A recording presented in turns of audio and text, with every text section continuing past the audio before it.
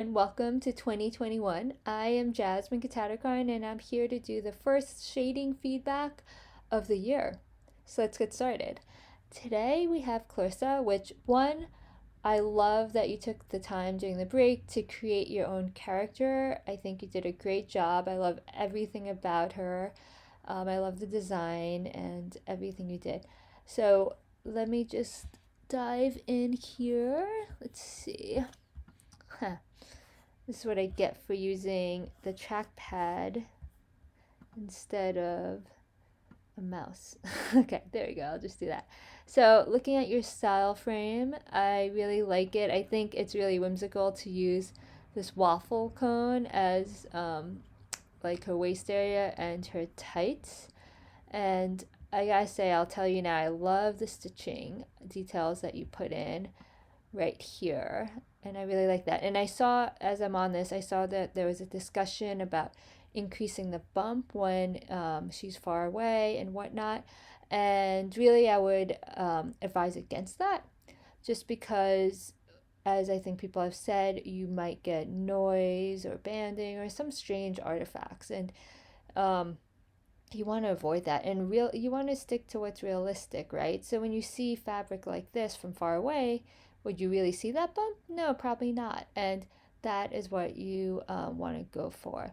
And even like things like this you want to test out. I don't think this would do banding, but if you get really fine and the camera turns wherever, all of a sudden you'll see banding happening with the textures and whatnot, and kind of noise that could happen from that. So that's something that it's really good to test out with the turntable, let's say, to make sure that's not happening. But overall, I love the detail here. It looks so natural and really, close to what it would be in real life. And you know what? I'm just looking at this and I'm realizing you have the sprinkles here as well. Um, and I really like that too. So moving on, I don't have much to say. I really like it. Let's take a look at the close up here. I think you nailed the skin and the eyes. She's got this really cute feel to her, this kind of doll-like feel. I think you could go further with the specular highlights in the hair to just liven her up a little, especially looking at the reference. You see how the light hits the hair here.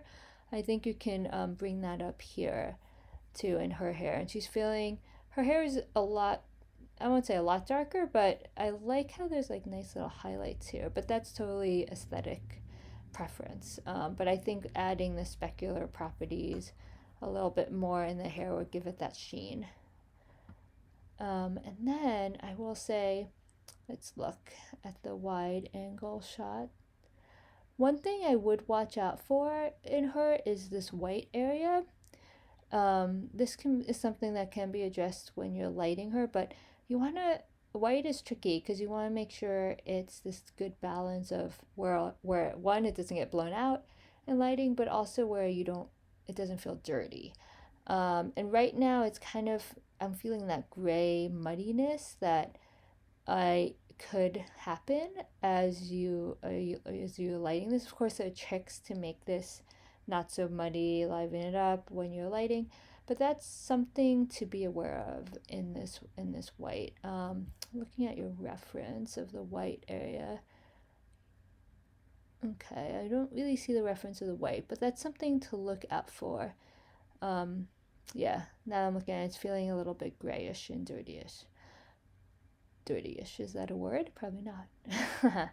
And then the only other thing that I will say that's standing out to me is, one, I love the waffle cone texture going on, but I will say I'm not reading it as a waffle cone, especially here and even here too. I almost I like, especially with the legs, I picture a giraffe came to me when I saw this.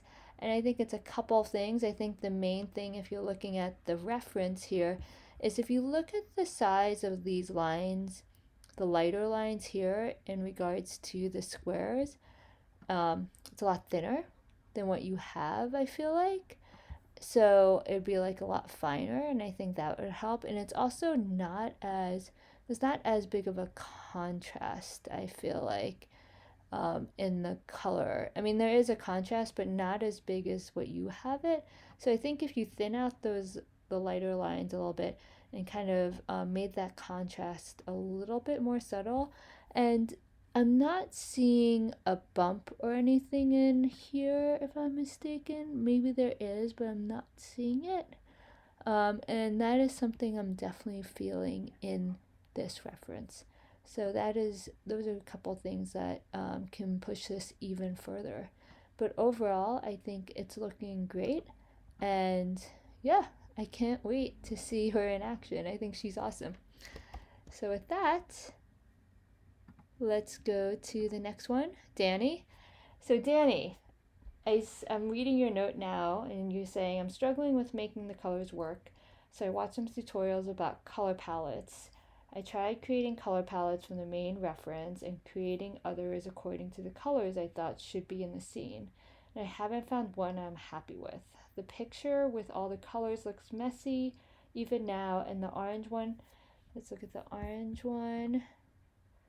And the orange one might work, but then it sets the timing of the scene to sunset, not middle of the day. How do you go about choosing a color scheme when you know that some colors have to be in it? Like the gingerbread house has to be that color, for example. All right, great questions all around. The first thing, overall, we want to step back and you want to say, ask yourself, and this is where we're getting a little bit, well, okay. I was going to say, I'm getting a little bit into lighting because I was going to say, ask yourself what's the mood you want to portray when you're thinking of color palette. And yes, that goes for the mood of the lighting, but it also goes with materials and shading, like we're talking about now. I mean, for example, when you walk into a room with muted tones or in cool colors, it evokes a very different mood if you walked into a room that's full of warm, bright, saturated citrus yellows and oranges, right? Like all of a sudden that mood is different. So that is the first question I want you to ask yourself. Forget about, like the gingerbread house and all that stuff at first. Just think, is this a happy scene? Is it a melancholy scene? Is it, I don't know, like an uncertain scene? And like things, for example, let me see. Like I just Googled for you, like happy color palette, and already you see, look at the colors that appear when you're talking about happy colors, and they're bright, they're more saturated, and then opposed to like a sad color palette, you get this more muted, desaturated tones, usually a little darker. And this is where I would start with to really figure out like what's the mood you're trying to portray. Let's say it's a happy mood.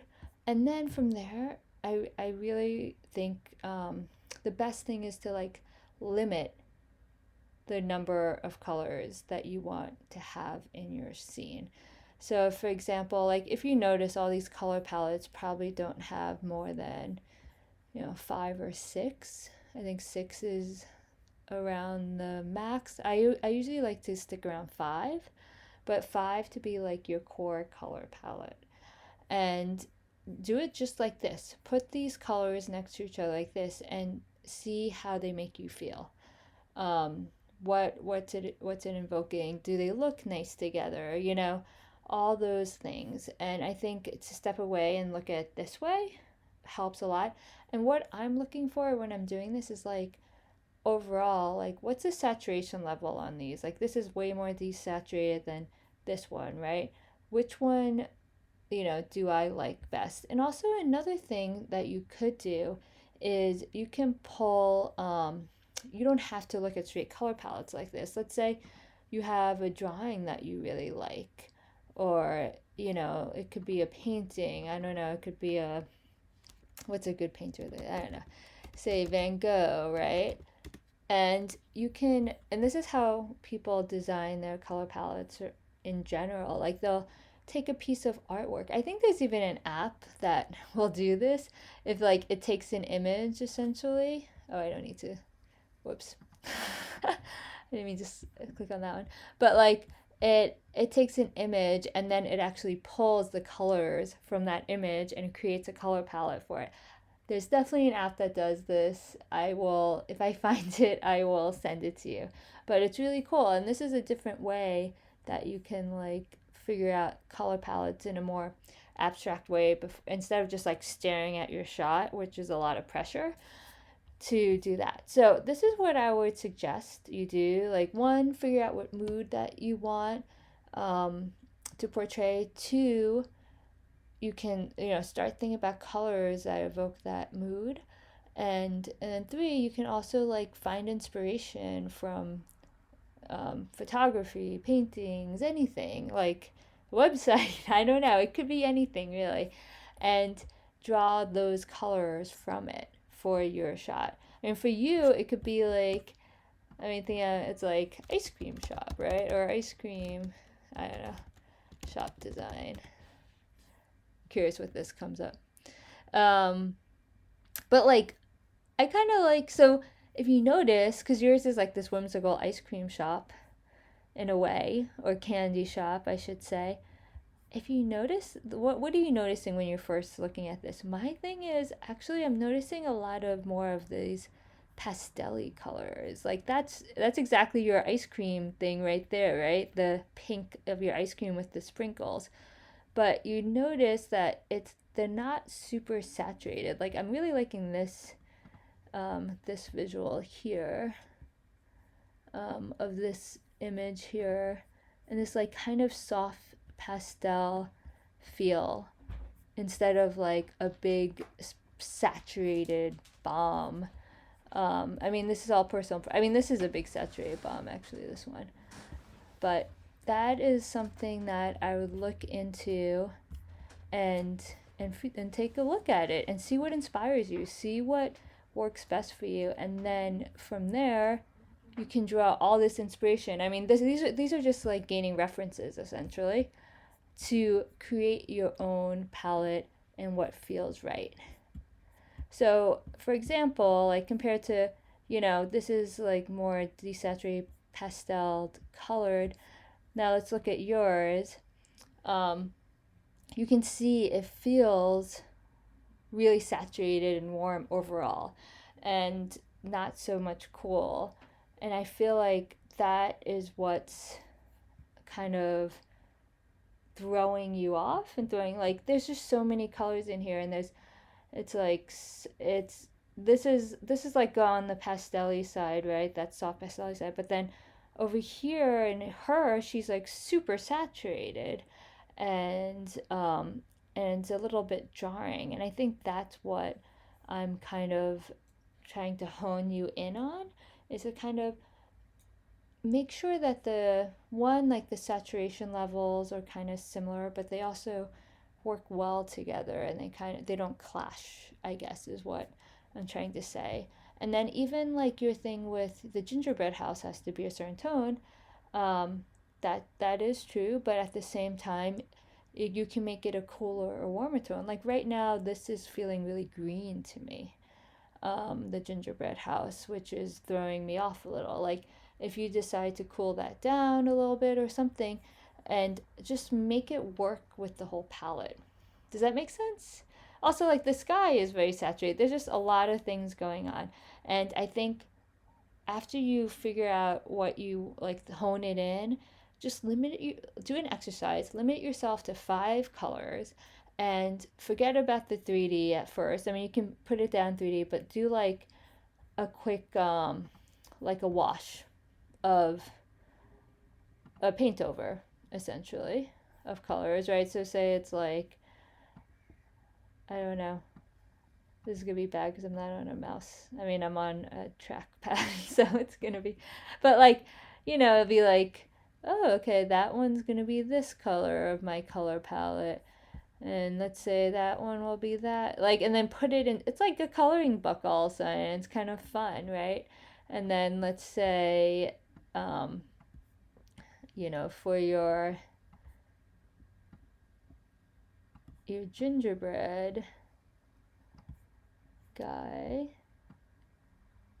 maybe it's like a little bit warmer and lighter, and it's like that.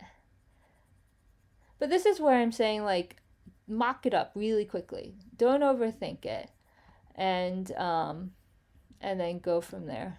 And don't go by what I'm just doing now, because I'm just kind of doing this on the fly to show you examples, but I'm just showing you like how. And this is actually a good test now that I'm doing this for you, is like this is where you can tell where your saturation levels are. Like, let's say it seems like you do tend to like more saturated things. So let's say your saturation levels and values like hover around, it could be like around here or around here. And then this is like a fun way of being like, okay, here's some tones around that same saturation level. So you don't end up going like, I don't know, like this to like that, kind of thing. So does that make sense? I hope it does, and I want you to just step back. It's like also one of those things when you're in it, you're like so in it, and it's hard to step back from it and see it from a different view. But I want you to kind of step back, start looking at other things for inspiration, and then come back with it, with fresh eyes. I often do that. Like if I'm working on something for too long, I'll like step away and I'll say tomorrow I'll come back with fresh eyes. And sometimes I'll be like really happily surprised. I'm like, oh, it does look good. Or another time, other times you'll be like, I could have, yeah, I was working way too late. This is why I shouldn't be working at 2 a.m. at night. But anyway, go for it. I know it can be daunting, intimidating, but this will really help you with an overall successful image by putting in this pre-work and the thinking and the thought process behind it, right?